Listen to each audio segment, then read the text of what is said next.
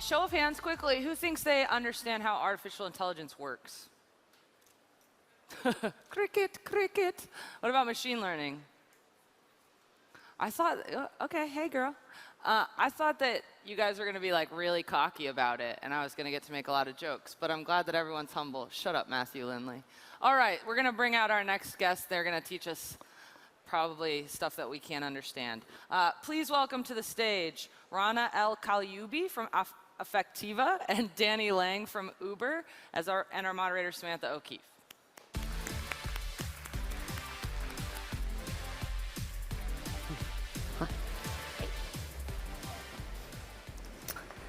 Hello. Thank you both for joining me. I think we had a nice intro, little preview in the previous panel with Mark Andreessen on some of the topics we're going to cover today. But more broadly, AI has been brought up in most panels we've had so far at Disrupt, I'd have to say. And that just shows how hot of a topic it is right now. But it's also a topic with a lot of misconceptions. Yeah. So let's start there. Danny, to get everyone on the same page, could you explain really simply, what is AI and what is machine learning? Okay, that one is tough.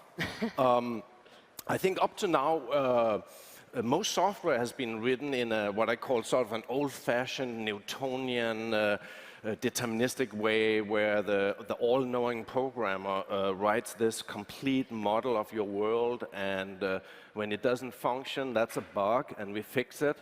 And we see this major change where we move from Newton, who thought he could compute everything in this world, past, present, and future, to more of a Werner Heisenberg world, where it's about uncertainty, it's about probabilities, and basically using experience, using data to have learning algorithms build these models and use these models and get results that are really predictions with probabilities in, rather than having these finite deterministic programs. And then as the world changes, the data changes, and we rebuild these models, and that allows us to basically continuously have a software system that is more in line with the real world. Mm-hmm. So it sounds like we need a lot of big data, to use a buzzword, to be able to train these systems. And what is the cause for this recent resurgence? Because AI has been around as a topic, for 50+ years. What are the main factors making us talk about it now? Yeah, I think it's a combination. Of course, it's the classical combination of storage, compute power, a lot of tools being available. But I also think it's a major shift from, just say, maybe 10 years ago, most companies knew very little about their customers. And nowadays, look at Uber. It's a smartphone app, and it basically capture all this experience from its users that we can now use to make that experience even better. Mm-hmm, mm-hmm. And so at TechCrunch, we see tons of pitches. It seems like every startup is, I'm AI enabled, or I'm building an AI. Now, Rana, you're from a startup. What does that mean? Sure. So yes, a lot of companies are using machine learning in all sorts of ways. And at Affectiva, we have a very particular perspective about AI. Mm-hmm. We're the emotion AI platform. So a lot of AI is very cognitive, it's very transactional, it's about doing one thing. And at Affectiva, our vision is to bring artificial emotional intelligence to our devices and digital experiences. And what that means is that we're collecting a lot of data about people's facial expressions, their voices, their gestures, and we're feeding all that into a machine learning system that learns to map your facial expressions into an emotional state, whether you're interested or confused or attentive, and then use that data in all sorts of ways to power how we interact with devices, how we communicate with one another, gaming, media research, health. There's a lot of all over. Right. Now, data is going to be a big theme in our talk today. I'm interested, as a startup, how do you create this training set in emotion? Where does that come from? Yeah, and that's one of our competitive advantages as a startup. in this emerging space. So when we first started, we had a very small data set. It was, a lot of it was acted expression, so people like looking confused or pretending they're happy. But over time, we lined up a lot of partners that were, a data trove, essentially. And that's how we get our data. And so far, we've analyzed over 5 million face videos. That's about 2.5 billion facial frames in 75 countries around the world. And that's allowed our machine learning to go from super generalized to understanding the difference between a Japanese smile and a Brazilian smile. Or like how, I don't know, like women express emotion versus men. Yeah, definitely some differences in there. Right. And so Uber is, I think, perhaps most well known for its efforts in machine learning that are quite distinct from emotion, namely the self-driving car tests that are coming up in Pittsburgh. We've all been following very closely. But Ford and Google have been testing for a long time, and you have players like Tesla, where every vehicle on the road is feeding data. So my question to you, Danny, is where does Uber get its data? The self-driving car question, yeah? I know, big surprise on that one. Yeah, so we started that effort just barely 2 years ago. Very recently, we acquired Otter, and let's make this clear that we are not building any cars. We joined a partnership with Volvo. So we are building the device and the software that controls the vehicle. And Uber as a whole is driving well over 1 billion miles every month. So there's a lot of driving information that we're able to gather. We are also taking a very practical approach, and you will see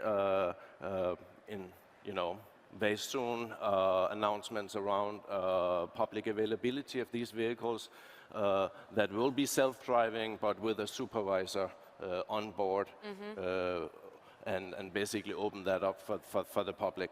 So when you order your car in Pittsburgh with the app, you may have a self-driving car showing up. Fingers crossed. Now, you said Uber's driving, was it 1 billion miles every month? Yeah. And are those in test cars? Are you taking data from all the vehicles on the road? That's all the vehicles on the road, yeah. Okay. And should I be concerned as a driver? Like, are you getting information about me during these trips? It's very basic trace information of roadways and routes you're taking and things like that. Well, I haven't actually been in a self-driving car of any capacity yet. Have you? I have not. All right. Well, maybe we can hook ourselves up with the ride. I'm waiting until they can read my emotions first, and then I'll. So, Danny, outside of the self-driving cars, what are some examples of where Uber's really utilizing AI and machine learning? Yeah, at Uber, we are basically taking machine learning to the next level. We're basically making it available as a service across the company. So it's basically machine learning as a service. It allows us to have software engineers in every aspect of our business using machine learning to create better apps. I want to mention as one example here is the Uber Eats application. Very, very early on when it started out, as a very initial, almost like a prototype launch, a lot of the information in there, the list of restaurants, the estimated time of delivery, all of that was sort of hardwired in there. What we see today is that we are using 7, 8 different machine learning models in the application to estimate time of delivery before you order, after you order, update that estimate when the restaurant is actually in action, preparing your meal.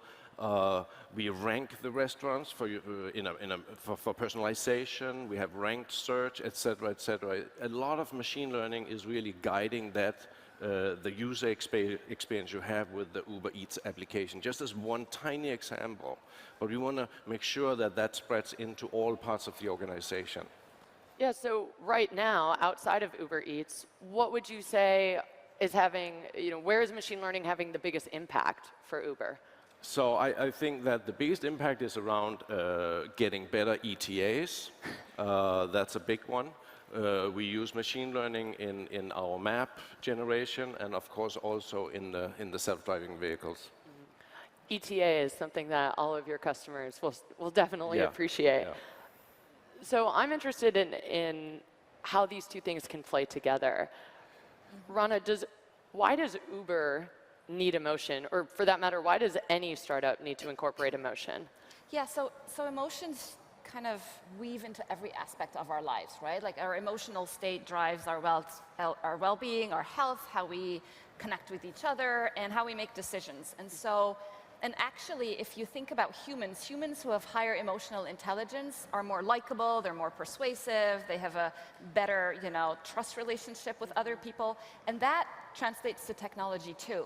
So as we morph into a world where we are a lot more digital and surrounded by a lot more devices, all these devices, whether it's an Uber app or a chat bot or your scheduling AI assistant, we talked about that, or your social robot, they need to build a rapport with the consumer, right? And that's going to translate into better engagement, better loyalty. So I think of the Uber example, and right now, people's experiences of Uber are mostly that it drives you from point A to point B. But what if, and I think that's not totally unimaginable, what if Uber is more like a travel and food advisor? In that case, it needs to understand if you're stressed, if you're frustrated, are you really running behind schedule, so it needs to really focus on ETA. So understanding that emotional state makes it a better user experience overall.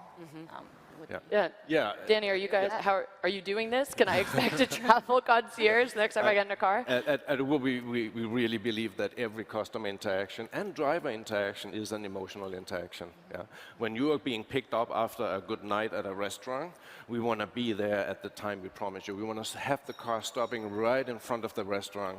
We want to have a safe drive, a pleasant drive home. It's all about emotions. And we want to use machine learning and AI to basically refine that experience.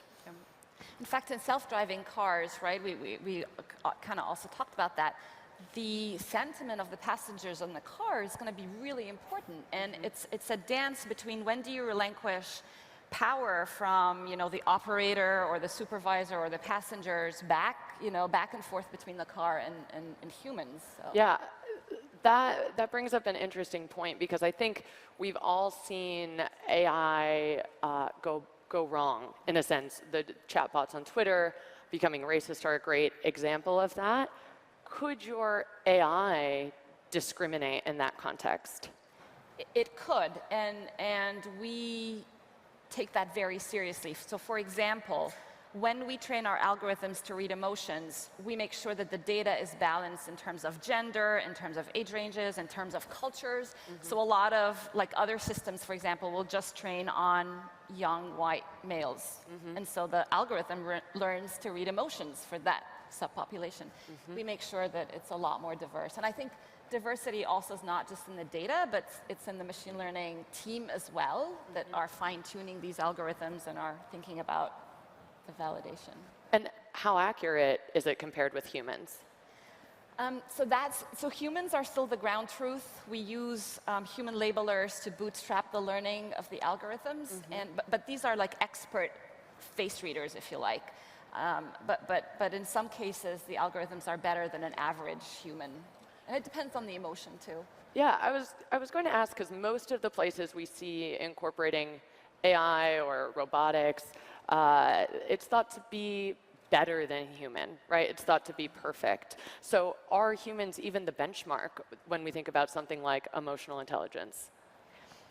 The way I see it is that it's not human versus machine, it's human augmentation. So for example, right now it's very hard for me to read the sentiment of this entire audience. But if we had emotion recognition technology here, it could process everybody's facial expressions in real time, aggregate that, and give me a real-time mood meter.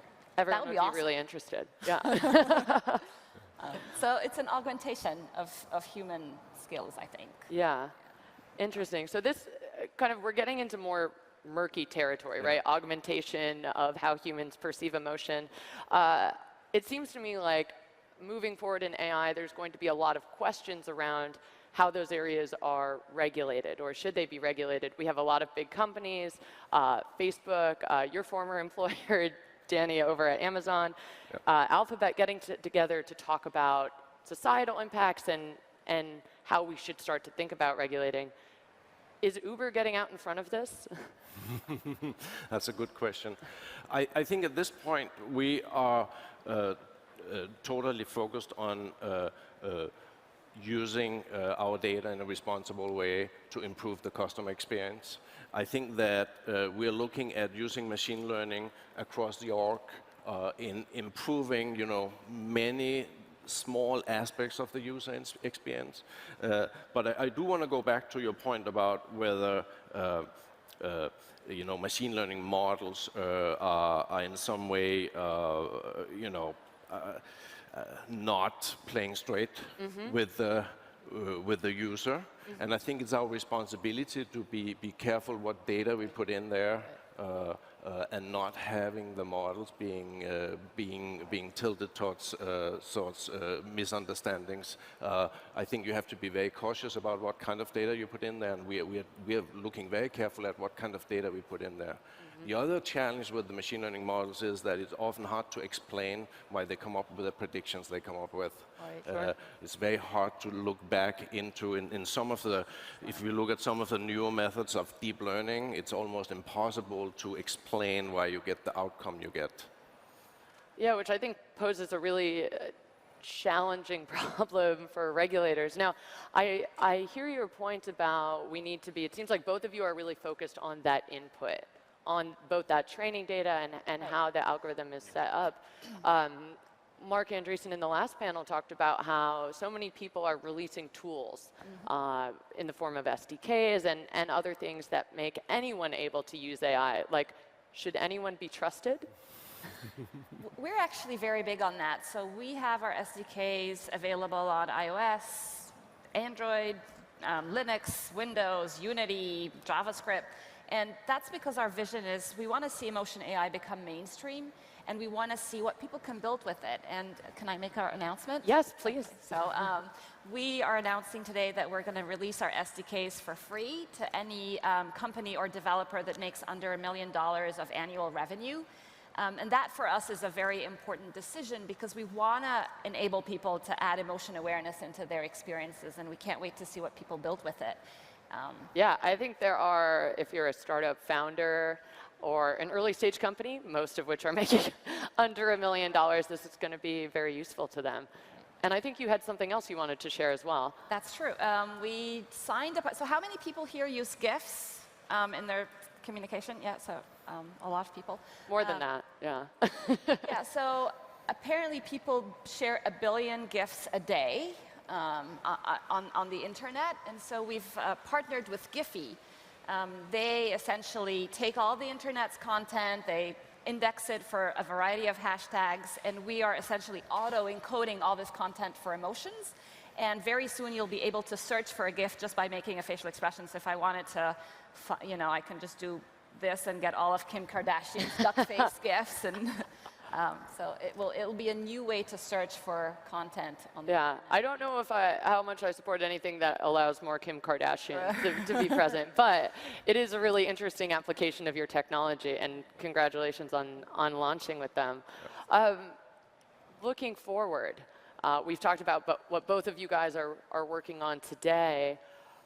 Where do you see the next big step in the field of AI coming from? Yeah, I don't really see, I don't expect like a big bang or giant leap forward. I think that it's really a matter of getting machine learning into the systems, into the organizations, into the apps, and have it really, raise the tide for the whole performance of the system, the whole user experience. We have no plans of making our AI or machine learning systems public, but internally in the company, we are greatly focused on SDKs, graphical user interfaces, and all that to really make sure that every developer have access to these tools to create more intelligent systems. Mm-hmm. Why is it that Uber, where so many giants are looking to make their tools available, you seem very inwardly focused at the moment. Is that something we can expect to change? We have a very big challenge ahead of us that we are very focused on. Maybe sometime in the future we may open up, but right now we have so many things to do. We talked about them there, the self-driving cars. Yeah. Making sure that the ETA and the routing is top notch, and Uber Eats and Maps and so on. So many things to do, and we use our ML technology to boost all those efforts. Yeah, I think sometimes we forget because Uber is so ubiquitous that really it's still a startup. Right. So like Yeah. any small company, really focusing on getting the core product right Yes. is still a big Yeah, part, it yeah, sounds like. yeah. And how about For you, us? Rana? Yeah. I think there's a paradigm shift happening in human-computer interaction and how we, a lot of our interactions with machines and devices and apps is becoming very relational, it's very perceptual. So I think we're moving into a paradigm, a paradigm where the way we interact with technology is very akin to the way we interact with one another. It's conversational, it's, it is based on contextual awareness and emotion awareness. So I kind of envision a world where all our devices have a little emotion chip and it reads your emotions in real time and it adapts to it, pretty much like everything is, touch-enabled or GPS-enabled. Yeah, yeah. And you guys have been historically focused on facial recognition and reading emotion from the faces, but so much of that interaction is now moving to voice or to text or maybe even through an app in the case of Uber. Right. Are you going to diversify into those spaces? Yes, we're very quickly moving into a multimodal world where we're incorporating facial expressions with voice analytics. But it's very easy to imagine how even an Uber app could have the camera on, and while you're interacting with it or interacting with your chat bot, it can both see what you're typing, but it can also see that you just smiled at a joke it said, right? Yeah, yeah. Respond to that. So last question, because we're about out of time. If I'm an aspiring startup founder, or maybe I have a company working in this space, what should I be doing to really differentiate myself and kind of contribute to the field at the same time? I think you need to set the bar really high because you are not likely to have a lot of data to work with. So it's really to have some major breakthroughs. I can think in some examples of, for instance, being able to explain why machine learning models behave the way they do, to kind of debug them. If you have customers complaining about the outcome of using machine learning, that could be a good startup. Scale, speed. We want to use machine learning everywhere, so we're going to really be much more efficient on the compute side. Yeah. And Any advice? I'll add, obviously data is a big one. So you have a very clear data strategy, but then passion. The thing that differentiates us from everybody else is that we're obsessed about emotion AI. Like we wake up every day thinking about how are we going to make this ubiquitous in gaming? How are we going to bring it into health? Like that's what we think about every day. And I think that conviction and belief and having a very clear mission and focused around that, I think that's what makes startups different than a giant company that's trying to do a million other things. Yeah. Well, great advice. Thank you both very much for joining us. Thank you. Thank you. Thank you. Thanks.